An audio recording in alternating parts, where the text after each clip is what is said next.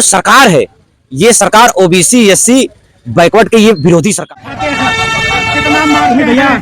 योगी सरकार के जितने भी पीछे आगे घूमने वाले हैं उनका लगता है सुनते ही नहीं है योगी सरकार। हम योगी सरकार जी से ही कहना चाहेंगे कि हमारी दलितों के पिछड़े दलितों का बड़े बड़े चैनल वाले लोग नहीं आते हैं, छोटे चैनल वाले कम से कम हमारी आवाज उठाते हैं, तो कम से कम मैं आप लोग को धन्यवाद करना चाहता हूं कि हम पिछड़े दलितों कम से कम आप एक आवाज बन रहे हैं। डिप्टी सीएम केशव प्रसाद मौर्य के आवास को घेरने पहुंचे थे, झड़प होती है।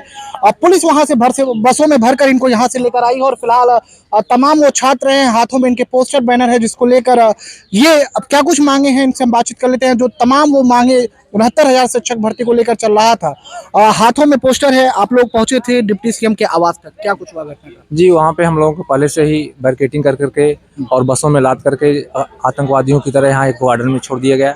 हम लोग सिर्फ इतना कहने गए थे कि सुप्रीम कोर्ट में 28 से 29 डेट लग चुकी है, जो कि सरकार एक भी डेट पे अपना वकील नहीं भेजी सुनवाई के लिए। इसीलिए हम लोग आज 2 साल से लगातार सुप्रीम कोर्ट में सुनवाई के लिए मांग कर रहे हैं, लेकिन हम लोगों की बात सरकार सुन नहीं रही है। सिर्फ हम लोगों की यही इतनी मांग है कि सरकार अपना पक्ष रखे और हम लोगों का जो है सोल्यूशन निकाल करके हम लोगों को अपना विद्यालय में ग्रहण कराए, ताकि हम लोग भी अपने आवास पे वहाँ पे जाए, स्कूल ज्वाइन करें। इसके बाद यही है, आज 2 साल से लगातार हम लोग को इको गार्डन से धरना दे रहे हैं। पिछले 2 सालों से और आज आप लोग जब पहुंचे थे डिप्टी सीएम के आवास पर, क्या मिलने की कोशिश थी क्या उनसे अपने मांगों को लेकर, बातों को लेकर? जी, सिर्फ पहुंचे थे कि हम लोग अपनी मांगे पूरा मांगना चाह रहे थे कि डिप्टी साहब से मुलाकात, केशव प्रसाद मौर्य जी से मुलाकात हो जाए और उनसे सिर्फ यही एक आग्रह है कि हम लोग पिछड़े दलित के नेता हैं, कहते हैं हम ओबीसी एससी को न्याय दिलाने में उनकी मदद करते हैं। सिर्फ यही कहना था उनसे कि जो अब 4 फरवरी को हमारी सुप्रीम कोर्ट में डेट लगी थी कि सरकार से बात करके अपना कोर्ट में वकील भेजें। तमाम वो लोग हैं जिनके हाथों में पोस्टर और बैनर है और बाबा साहब की ये तस्वीर है, क्या कुछ संदेश है सर आपके? संदेश यही है कि हम लोग बाबा साहब को मानने वाले हैं, हम लोग संविधान को मानने वाले व्यक्ति हैं। आज हम पिछले 7 साल से यहाँ लखनऊ की धरती पे ऐसे कौन नहीं नेता होगा, चाहे पक्ष हो चाहे विपक्ष हो, हमने अपनी पूरी ताकत से पूरी आवाज़ पहुँचाई है। ये जो सरकार है ये सरकार ओबीसी एससी बैकवर्ड के ये विरोधी सरकार है, ये साबित कर दी है। बताइए पिछले डेट से 27 डेट, जैसे जैसे 2020 नहीं होता वैसे पिछड़ों के साथ दलित साथ खेल रही है। सरकार की वकील जो वहां है, जो प्रस्तुत होना चाहिए वहां कोर्ट में, लगभग 28 डेट हो चुकी है। 28 डेट पर एक भी दाय सरकार नहीं पहुंची है। मात्र जो पहली बार पहुंची थी वहां पे स्टे लगा के सरकार अपने बाइकाट हो गई। तब से सरकार आज से लगभग 27 डेटें हो गई हैं, वहां तक पहुंचती ही नहीं कि दलित पिछड़ों के, जब सरकार वहां नहीं पहुंचेगी, जब उनकी वकील नहीं पहुंचेगा तो कैसे बहस होगा?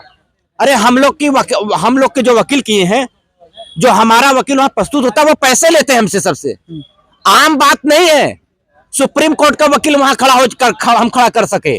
अच्छा, हमारे पास इतना साधन नहीं है कि हम पैसे वहां वकील। आप ही बताइए 27 डेट पे एक वकील जो बड़ा वकील होता है 6 से 7-8 लाख रुपए कहां से हम लोग देंगे? बताइए, सरकार को नहीं समझ में आ रही है? संदीप हमारे शिक्षा मंत्री हैं, लोधी समाज से हम भी आते हैं, लोधी समाज से, समझ में नहीं आ रहा उनको कहां से इतना हम पैसा संसाधन इकट्ठा करके आप क्यों नहीं अजी भेज रहे हैं वहां वकील? आप उस विभाग के मंत्री हैं, वहां पे आप कह के बताएं कि इस मामला को निस्तारण करिए, क्यों भाग रहे हैं भाई? हमारा यही मांग है कि अगले 4 फरवरी को ये डेट सुप्रीम कोर्ट में फाइनल किया गया है, माननीय सुप्रीम कोर्ट द्वारा जो डेट दे दिया गया है। मैं उनसे रिक्वेस्ट करता हूँ माननीय सती द्विवेदी, माननीय मुख्यमंत्री शिक्षा मंत्री से, संदीप जी से, कि वहां अपना वकील खड़ा करे और दलित पिछड़ों जो अगर आपको न्याय दिलाए। माननीय योगी जी से मैं कहना चाहता हूं, मैं कहना चाहता हूं कि जो आप कहते हैं कि हम सबके साथ है और सबके साथ विकास नारा देते हैं, सबके साथ सबका विकास, यही विकास है। ओबीसी एससी का आरक्षण 27% रिजर्वेशन आप दे ही नहीं दे रहे हैं। हमारा जो संवैधानिक अधिकार है, 19,000 का सीट का घोटाला हुआ है, जो कि हाई कोर्ट ने डबल बेंच दोनों साबित कर दिया है और सरकार भाग रही है 28 डेट से। देखिए 28 डेट से इनका कहना है कि सरकार अपना वकील पक्ष जो है वो सुप्रीम कोर्ट में नहीं लेकर जा रही है, और जिसको लेकर आज ये डिप्टी सीएम के आवास पर पहुंचते हैं और पुलिस से झड़प होती है। पुलिस यहाँ इनको लेकर आती है, क्या कुछ लगता है सर? देखिए, अब इसमें हम क्या बता सकते हैं। सबसे पहले परिचय जान लीजिए। मैं माननीय योगी आदित्यनाथ के गांव से हूं, टोले मोहल्ले से हूं, मैं गोरखपुर से हूं, मैं निषाद समाज से हूं। जब जब हम लोग धरना देने जाते हैं तो लोग ये कह देते हैं कि सपा वाले करता वाले लोग जो है जानबूझ के करा रहे हैं। हम सपा वाले हैं। हमारा पूरा परिवार इस सरकार को वोटों से दे करके उस पद पर बैठाया है। इस बात का मैं साक्षी हूँ। अभी आप पता करिएगा, डॉक्टर संजय निषाद हमारे समाज से हैं, उनके बेटे श्रवण निषाद का कल जन्मदिन था। मैं जन्मदिन में जाकर के आग्रह किया। आग्रह करने के बाद मैंने कहा कि मेरा प्रोटेस्ट है, मैं जा रहा हूँ, और कम से कम हमारी पिछड़े दलितों की आपने सुना।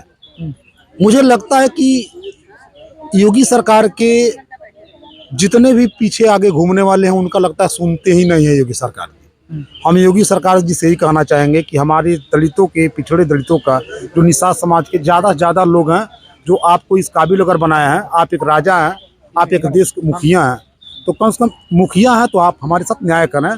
क्या जाता है, सरकारी वकील को आप भेजिए। जो हम अपना हिस्सा मांग रहे हैं, हमारा हिस्सा मांगना क्या गुनाह है? क्या अपना हक मांगना गुनाह है? अगर हक मांगना गुनाह है तो मैं ऐसा गुनाह बार बार करेंगे। हाँ, रही बात एक संवैधानिक विचारधारा है, संवैधानिक तरीके से, तौर तरीके से हम लोग जाकर के धरना का प्रोटेस्ट करते हैं। आप सबसे पहले मीडिया बंधु को मैं बहुत बहुत धन्यवाद करना चाहता हूं, जो इस चैनल को लोग देख रहे हैं। आप लोग मेरी आवाज़ कम से कम पहुँचाने का कार्य करते हैं। बहुत सारे आवाज़ें दबा दिया जाता है, मीडिया के माध्यम से भी दबा दिया जाता है। बड़े बड़े चैनल वाले लोग नहीं आते हैं, छोटे चैनल वाले कम से कम हमारी आवाज़ उठाते हैं। तो कम से कम मैं आप लोग को धन्यवाद करना चाहता हूं कि हम पिछड़े दलितों कम से कम आप एक आवाज़ बन रहे हैं, एक हिस्सा बन रहे हैं। ये दर्द है। अगर मैं पूछना चाहता हूं कि आज केशव प्रसाद मौर्य के वहां गए थे, हम लोग 5 मिनट नहीं अपनी बात को रख पाए। पुलिस प्रशासन अपने हाथों पैरों, जूता चप्पल से सीधा उठाई, टांग करके ले आके गार्डन में फेंक दी। क्या 6800 की लिस्ट आना, लिस्ट के बाद ज्वाइनिंग के लिए अगर हम लोग बात करें, सरकार को भेजने की अगर मैं बात हम लोग करें, जाकर के प्रार्थना करें, प्रे करें, तो क्या ये गलत है?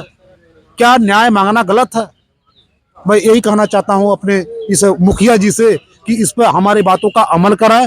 और हम पिछड़े दलितों के वोट से अगर हम लोग के अंदर इतना आपके लिए सहानुभूति है, अभी भी हमारे पूरे परिवार के लोग जय जयकार कहते हैं, गुणगान गाते हैं कि वो योगी जी हैं और कभी भी योगी किसी के साथ अहित नहीं कर सकते। तो कम से कम माननीय जी, आप कम से कम हमारी न्याय को सुनें, क्योंकि आप योगी हैं। मैं बाकी सपा क्या है, राजनीति क्या है, मुझे उससे कोई लेना देना नहीं है। मैं आपका एक वोटर हूँ। इस हर बार वोट दूंगा, जितना बार कहेंगे उतना बार मेरा परिवार आपके लिए समर्पित है। देखिए 69,000 शिक्षक भर्ती को लेकर जो आरक्षण का मामला था वो सुप्रीम कोर्ट में और फिलहाल है। जहां तक हम आपको बता दें कि इन्होंने बताया है कि जिस तरीके से सरकार ने 27 डेट पे अपने किसी भी वकील को सुप्रीम कोर्ट में नहीं पेश किया है, इसको लेकर आज ये डिप्टी सीएम केशव प्रसाद मौर्य के आवास पर बातचीत को लेकर पहुंचते हैं, जहां पर पुलिस से झड़प होती है और पुलिस फिलहाल